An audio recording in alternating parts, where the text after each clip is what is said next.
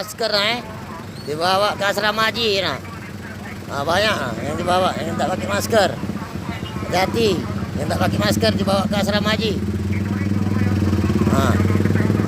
Siapkan tempat dan AC tidak boleh dihidupkan.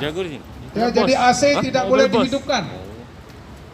Dalam COVID ini Bapak Ibu saudara-saudara, kita tidak boleh menggunakan AC.